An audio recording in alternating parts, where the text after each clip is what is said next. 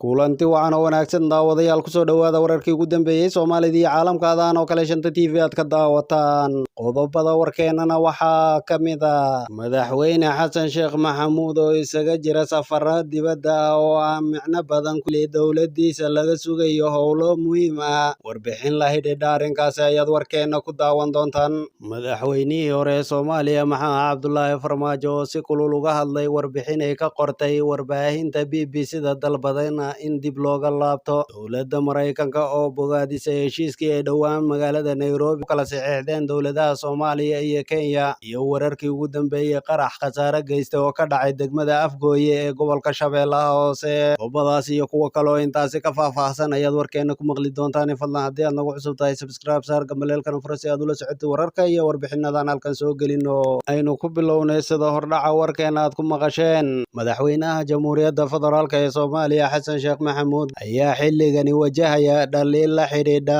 inuu ka bixi waayay safaro aan macno badan ku fadhiin oo uu ku tegayo dalka dibaddiisa tan iyo markii loo doortay madaxweynaha tobnaad ee Soomaaliya xilli ay jiraan howlo fara badan oo muhiim ah isla markaana hol yaala dowladdiisa madaxweyne Xasan Sheekh Maxamuud oo xafiiska jooga 66 maalmood ayaa hadda u xeedxeedanaya safarkii lixaad uu ku tegayo dalka dibaddiisa waxaana dad badani ay ku dhaliilayaan inuu waqtiga ku dhammaynayo safara aan dana badan ugu jirin dadka Soomaaliyeed iyo dalka Soomaaliyeed loogana baahan yahay inuu wax ka qabto howlaha gudaha madaxweyne Xasan Sheekh Maxamuud wuxuu safar kala duwan ku bixiyay wadamo ku yaala gobolka iyo kuwa kale oo ka baxsan tan iyo markii uu la wareegay xafiiska ilaa iyo hadda ma muuqdaan dana waaweyn oo dalka uga soo hooyiyay qaar ka mid ah safaradaasi inkastoo ay jiraan safaradiisa uu ku tegay dibadda qaar guulaystay waxna laga dheefay madaxweynaha ayaa booqday wadamada Imaaraadka Carabta Turkiga Eritrea Djibouti iyo Kenya waxaana hadda uu ku howlan yahay safar uu ku tegayo magaalada Qaahira ee caasimadda dalka Masar inta badan safaradaasi ayaa dadku ku dhaliilayaan inay ahaayeen kuwo aan macno badan ku jirin marka laga soo reebo safar uu madaxweyne Xasan Sheekh Maxamuud ku tegay magaalada Asmara ee xarunta waddanka Eritrea halkaasi oo uu ku booqday dhalinyaro Soomaaliyeed oo gaadhaysa ilaa iyo 5,000 oo askari isla markaana tababar loo geeyay halkaasi sanadkii 2019 iyadoo intaasi wixii ka dambeeyay ay ka walwalsanaayeen waalidiinta dhalay ubadkaasi waxay ku sugan yihiin safarka uu Xasan Sheekh Maxamuud ku tegay waddanka Eritrea ayaa si weyn loo ammaanay maadaama uu markii ugu horeysay sugan ka keenay oo ay geysay dowladdii hore ee madaxweyne Maxamed Cabdullaahi Farmaajo saate waxaa far lagu goday safarada kale ee uu bixiyay Xasan Sheekh Maxamuud arrintani ayaa waxay ku soo beegmaysaa iyadoo Xasan Sheekh Maxamuud laga sugayo howlo tirabeel ah oo loo baahan yahay inuu ka qabto dalka gudihiisa waxaana xusid mudan in aan weli xitaa la soo dhisin xukuumadda cusub ee waddanka inkastoo la magacaabay ra'iisul wasaaraha Jamhuuriyadda Federaalka Soomaaliya Xamse Cabdi Barre haddana ilaa iyo imika lama soo dhisin wasiirada cusub ee dowladda iyadoo magacaabista wasiiradu ay dhaaftay sidii caadiga ahayd inkastuuna jirin qodob dastuur ah oo jaangoynaya waqtiga lagu soo magacaabayo wasiirada dalka halku dhega madaxweyne Xasan Sheekh Maxamuud ayaa ah Soomaaliya heshiis ah dunidana heshiis la ah balse khubarada siyaasaddu waxay aaminsan yihiin in halku dhagaasi ay ahayd in laga bilaabo Soomaaliya heshiisa oo madaxweyne Xasan Sheekh Maxamuud ku hormaro howlaha gudaha halka uu hadda ka bilaabay arrimaha dibadda sida ay sheegayaan wararka laga soo xigtay Villa Soomaaliya madaxweyne Xasan Sheekh Maxamuud ayaa ku wajahan safar uu ku tegayo magaalada Qaahira ee caasimadda dalka Masar socdaalka ayaa wuxuu noqonayaa midkii lixaad ee Xasan Sheekh Maxamuud uu galay tan iyo markii 2 bil ka hor uu la wareegay xafiiska madaxtooyada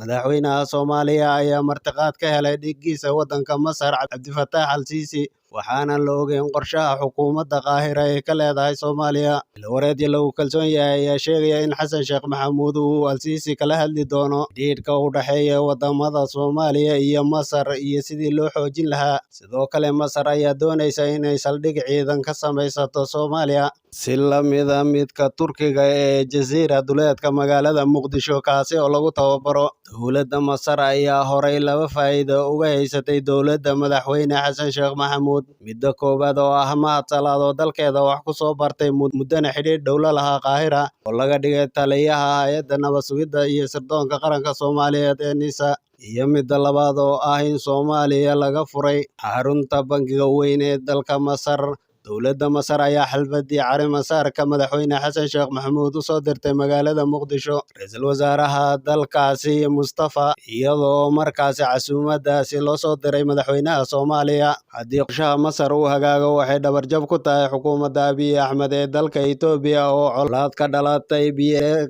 webiga Niilka ay isku hayaan muddo dheer. Itoobiya aysan ku faraxsanayn qorshaha madaxweynaha Soomaaliya iyo sida uu gadaal uga tooganayo dalkeeda. Itoobiya ayaa ku kici doonta haddii madaxweynaha Soomaaliya Xasan Sheekh Maxamuud uu u oggolaado Masar inay saldhig ka samaysato gudaha waddanka. Haatana madaxweynihii hore ee Soomaaliya Maxamed Cabdullaahi Farmaajo ayaa ka xumaaday warbixin ay qortay BBC-da oo la xidhiidhay tallaabooyin uu qaaday muddadii uu xafiiska joogay, hase yeeshee dib lagu ogaaday. Warbaahinta BBC-da ayaa ka oggolaatay madaxweynihii hore ee Soomaaliya in la tirtiro warbixintaasi oo la isla gartay inay ahayd mid been abuur ah kadib markii uu caddeeyay Maxamed Cabdullaahi Farmaajo inuuna qaadin tallaabooyinka caynkaasi ah. Xafiiska warfaafinta iyo xiriirka dadweynaha ee madaxweynihii hore ee Soomaaliya Maxamed Cabdullaahi Farmaajo waxa uu bogaadinayaa hay'adda warbaahinta BBC-da sida ay uga garaabtay dacwadii uu gudbiyay xafiiska, iyagoo dib uga laabtay xog aan sax ahayn oo ku saabsanayd safar aan jirin oo ay kaga been abuurteen madaxweynihii hore ee Soomaaliya Maxamed Cabdullaahi Farmaajo. Qoraalka oo lagu arkay warbaahinta inay BBC-da Soomaalidu ay abuuratay madaxweynihii hore ee dalka Maxamed Cabdullaahi Farmaajo una sheegtay soo kulmay 2 sano ka hor ra'iisul wasaarihii dalka Israa'iil. Warbixin ay BBC-du ay ka soo xigtay wargeys laga leeyahay Israa'iil ayaa sheegaysay inay 2 kulan oo qarsoodi ah ay dhex mareen madaxweynihii hore ee Soomaaliya Maxamed Cabdullaahi Farmaajo iyo ra'iisul wasaarihii hore ee dalkaasi. Sidoo kale waxaa lagu sheegay xafiiska warfaafinta iyo xiriirka dadweynaha ee madaxweynihii hore ee Jamhuuriyadda Federaalka Soomaaliya waxa uu adkeynaya ahmiyadda xorriyadda warbaahinta iyo tuhunka ay ugu jirto ee la xidhiidha hubsinta, baraarujinta iyo madadaalada, kuwaasi oo muhiim u ah dowladnimada iyo horumarka dalkeena. Qadda ka soo baxday xafiiska warfaafinta ee madaxweynihii hore ee Soomaaliya waxaa lagu sheegay in BBC-du ay ka laabatay warbixintaasi, islamarkaana ay ka tirtirtay boggeeda dib markii uu si cad u sheegay madaxweynihii hore ee dalka inuuna wax kulan ah la yeelanin ra'iisul wasaarihii hore ee dalka Israa'iil, oo arrintaasi uu shaaca ka qaaday wargeys ku yaala dalka Israa'iil. Todobaadkii hore ayay ahayd markii si weyn la isula dhex maray warbixinta ay soo qortay BBC-da ay ka soo xigatay warbaahinta Israa'iil, taasi oo sheegaysay in madaxweynihii hore ee dalka Soomaaliya Maxamed Cabdullaahi Farmaajo muddo 2 jeer ah kulan la qaatay ra'iisul wasaaraha Israa'iil, iyadoo uusan jirin xidhiidh la wada ogyahay oo ka dhexeeyay Soomaaliya iyo Israa'iil. Tani waxay sidoo kale soo shaacbacday kadib markii warbaahinta Israa'iil ay qortay in madaxweynaha cusub ee Xasan Sheekh Maxamuud uu baarlamaanka daynayo qaraar la xidhiidha in Soomaaliya ay xidhiidh saaxiibtinimo la samaysato Israa'iil. Soomaaliya waxay ka mid tahay waddamada Muslimka ee sida weyn uga soo horjeeda ficilada Israa'iil ee ka dhanka ah dadka reer Falastiin xaqdarrada ku leyso. Haatana dowladda Maraykanka ayaa ka hadashay heshiiska cusub ee Jimcihii lasoo dhaafay wada gaadheen dalka Soomaaliya iyo Kenya kadib wadahadallo ay madaxda labada dal ku yeesheen magaalada caasimadda u ah dalka Kenya ee Nairobi. Qoraal kooban oo ka soo baxay safaaradda Maraykanka uu ku leeyahay magaalada Muqdisho ayaa lagu sheegay in dowlad ahaan ay soo dhoweynayaan heshiiskaasi. Maraykanka ayaa waxaa lagu tilmaamay in tallaabada ay qaadeen madaxweyne Xasan Sheekh Maxamuud iyo dhiggiisa Kenya Uhuru Kenyatta, taasoo lagu hagaajinayo xidhiidhka labada waddan. Waa wax lagu farxo warka sheegaya in waddamada Kenya iyo Soomaaliya ay ku heshiiyeen tallaabooyin wax ku ool ah oo lagu hagaajinayo xidhiidhkooda laba geesoodka ah, ayaa lagu yidhi qoraal ka soo baxay safaaradda Washington ee ku leedahay magaalada Muqdisho ee caasimadda Soomaaliya. Dowladda Maraykanka ayaa saaxiib dhow la ah labada dal ee Soomaaliya iyo Kenya,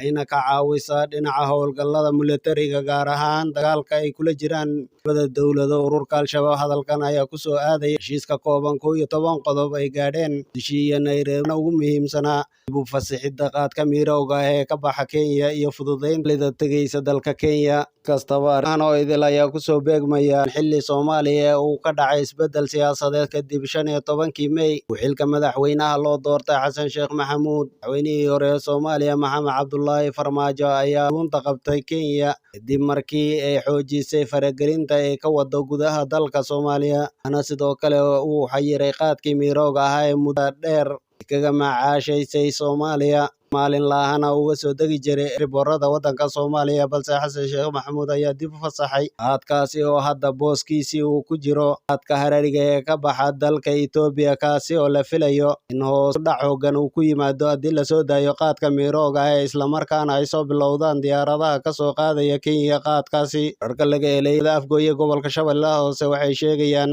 halkaasi uu ka dhacay qarax geystay khasaare isugu jira dhimasho iyo dhaawac, islamarkaana ay hadda ka soo baxayaan faahfaahinno dheeraada. Ila dadka deegaanka ah oo ku sugan degmada Afgooye oo 30 kiilomitir u jirta magaalada Muqdisho ee caasimadda dalka, in qaraxa uu ahaa miino islamarkaana lala beegsaday gaadhi ka tirsan kuwa ciidamada booliiska ee ka howlgala halkaasi. Qaraxa ayaa ka dhacay suuqa khudaarta ee magaaladaasi waxaana ka dhashay khasaare isugu jira dhimasho iyo dhaawac sida ay xaqiijiyeen dadka joogayaasha ah. Ugu yaraan 2 qof oo mid ka mid ah uu askari yahay ayaa ku dhintay qaraxaasi, qof kale oo shacab ah uu ku dhintay ayna dhaawacyo soo gaadheen. Intaasi ka badan kii goobta ku sugnaa ah. Ciidamo ka tirsan kuwa ammaanka ayaa sidoo kale goobta gaadhay, kuwaasi oo baaritaano kooban ka sameeyey meesha ay wax ka dhaceen, mana jiro wax hadal oo ka soo baxay ilaa iyo hadda. Sidoo kale qaraxa ayaa saameyn ku yeeshay dhaqdhaqaaqa dadka iyo gaadiidka, waxaana muddo kooban la xidhay goobta qaraxa lagula beegsaday ciidamada booliiska. Xaaladda ayaa hadda degan, mana jiraan wax faahfaahin dheeraad ah oo mas'uuliyiinta maamulkaasi iyo saraakiisha ammaanku ka bixiyeen qaraxaasi, iyadoo hadda ay socdaan baaritaano lagu ogaanayo dadkii ka dambeeyey.